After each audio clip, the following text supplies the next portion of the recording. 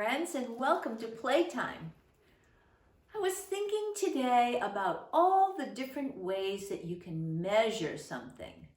I like to measure things, especially when I'm sewing or doing a craft. I want to know that I'm making the pieces properly. So I got out some of my measuring tools. These are two of my favorite rulers. One is a wooden ruler, and I can really read the numbers on it beautifully. This is a 1-foot ruler, or 12 inches. And it has a nice sharp edge here when I want to make a nice straight line. But this one is great because you can see through it. So if I was measuring this piece of paper underneath, I could see exactly where the exact measurement was. Measuring is units to tell you how long something is or how big it is.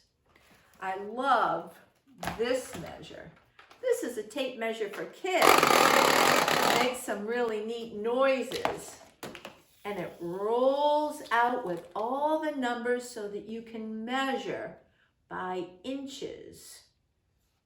Those numbers are nice and big, and then when I'm finished, I can just crank it up. So let's see if I can crank it. Sort of like fishing. That's a tape measure for kids. And this measure is a tape measure for moms and dads. And then it cranks itself up. So let me pull it out again. And I could measure this book. Let's see, how many inches long is this book? So I place the edge of the measure there, and then I read the number 15 inches. Pretty good. And then when I'm finished, I push the button and it snaps back into place. That's a tape measure. That one's a little dangerous. Then there's this wonderful measurement tool. It's called a yardstick. And a yardstick is 3 feet long. 1, 2, 3 feet long. That's when you're measuring something really long, like maybe this couch or the couch cushion, or maybe you. When you were little, we could measure you against the yardstick and tell how many inches you are. You're growing all the time. And if you're, let's say I was going to measure you and you're 25 inches tall. Where's 25? Right there. I'll bet by the end of the year, you're going to be 26 or 27 inches tall. It's fun to make marks on the wall as you grow, and I'll bet moms and dads in some of your homes are doing that already. So, you can also measure your plants as they grow taller and taller, or your flowers.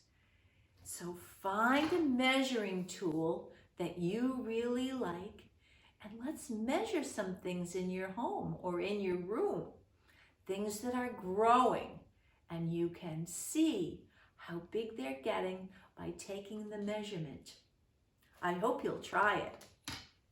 Well, our story has to do with growing. It's called Maple. It's written and illustrated by Lori Nichols. Maple, I know maple syrup, and I know a maple tree. I wonder what Maple is in this story. Maple loved her name. It's the little girl.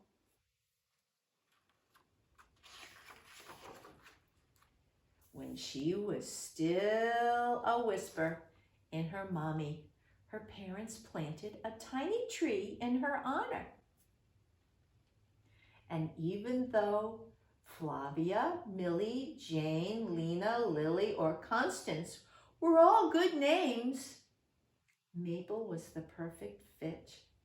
That's a maple leaf right there, and that's a maple tree.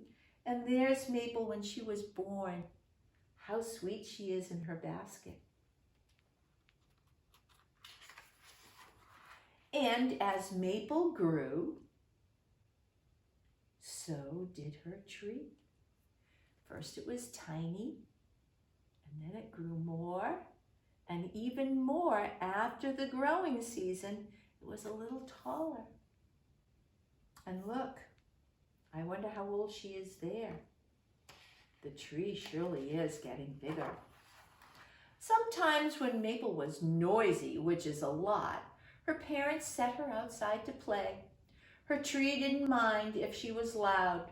Maple would sing to her tree at the top of her lungs and sway for her tree, and sometimes even pretend to be a tree. Look, she put leaves in her pigtails. How sweet. On some days when the wind was just right, Maple would simply lie under her tree, and its leaves would dance just for her. Then one day, Maple noticed her tree was bare. Maple was worried her tree might get cold, so Maple took off her jacket and gave it to the tree to stay warm. Sometimes Maple wished she had someone else to play with. The tree wasn't very good at throwing snowballs.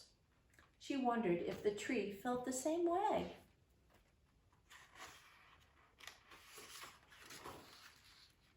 So Maple introduced her tree to a friend. That friendship didn't last because Snowball melted when the sun came out. But Maple and her tree still had each other. Through winter and through spring.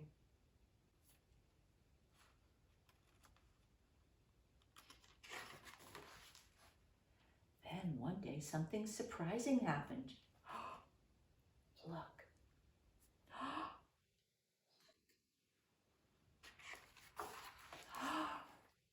Eggs. Then something really surprising happened. The mama had planted a seed. The leaves were on this little sprout of a tree too. Everything was growing. Maple became a big sister. The baby was precious. Maple tried to be a good big sister. See, she's watching her sister.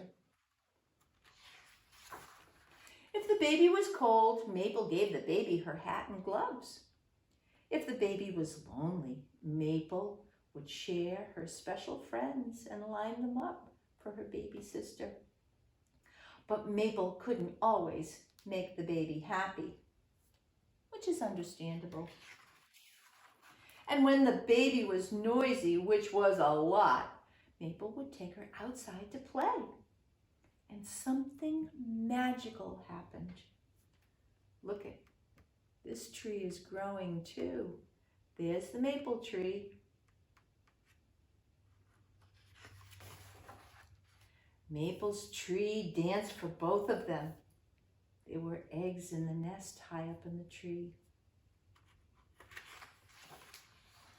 And there was just enough room under the tree for Maple and her little sister, Willow. And that's the name of that tree that sprouted when Willow was born. Isn't that amazing? What a lovely story about two sisters. Thanks for listening.